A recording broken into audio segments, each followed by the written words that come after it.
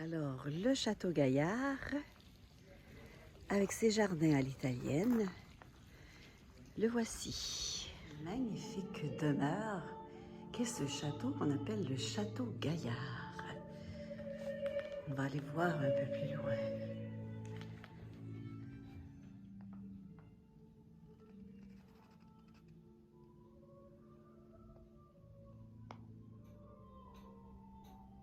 On est ici dans la salle à dîner du château Gaillard. Alors François II devient roi finalement très jeune.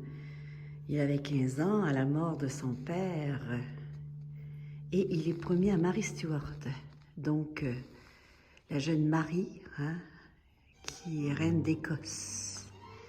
Et ils vont passer leur nuit de noces ici, au château Gaillard, à Amboise.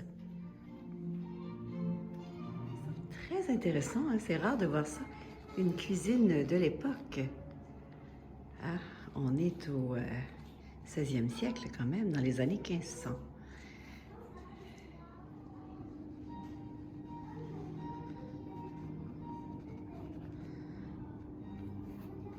La cour extérieure du château Gaillard. Magnifique jardin du château Gaillard à Amboise.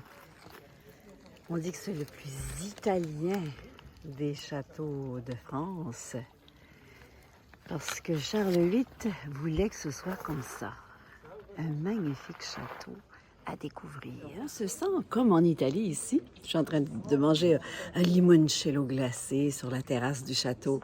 Et je vous ai dit que ce château, le château Gaillard, était le plus italien des châteaux parce qu'il y a eu un jardinier célèbre, Don Pacello, qui a été jardinier sous 3 rois ici. C'est lui qui a conçu le jardin italien. C'est lui qui a amené aussi les orangers ici, les premiers arbres d'orange, si on veut, en France.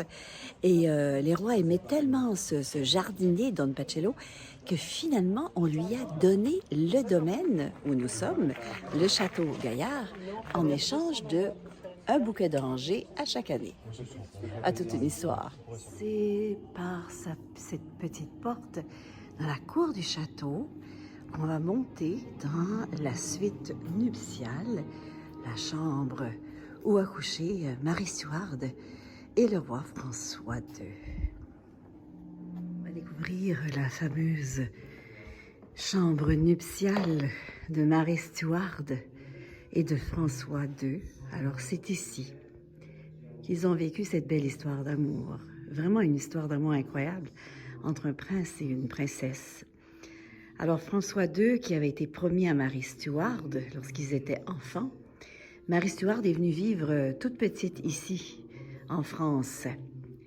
Et ils ont grandi ensemble, ils étaient vraiment très amoureux. Malheureusement, elle a vécu 3 semaines ici, après son mariage avec François II, parce que le château Gaillard était la demeure de son oncle, le cardinal de Guise, frère de sa mère, puisque sa mère était française. Mais François II va mourir très tôt. Elle sera reine de France et reine d'Écosse pour peu de temps.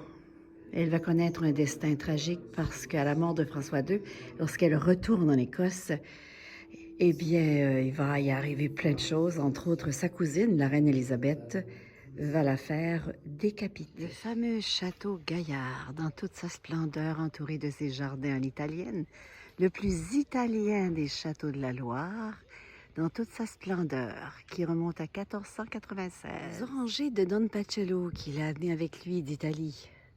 On dit que ce seraient les premières oranges arrivées ici en France.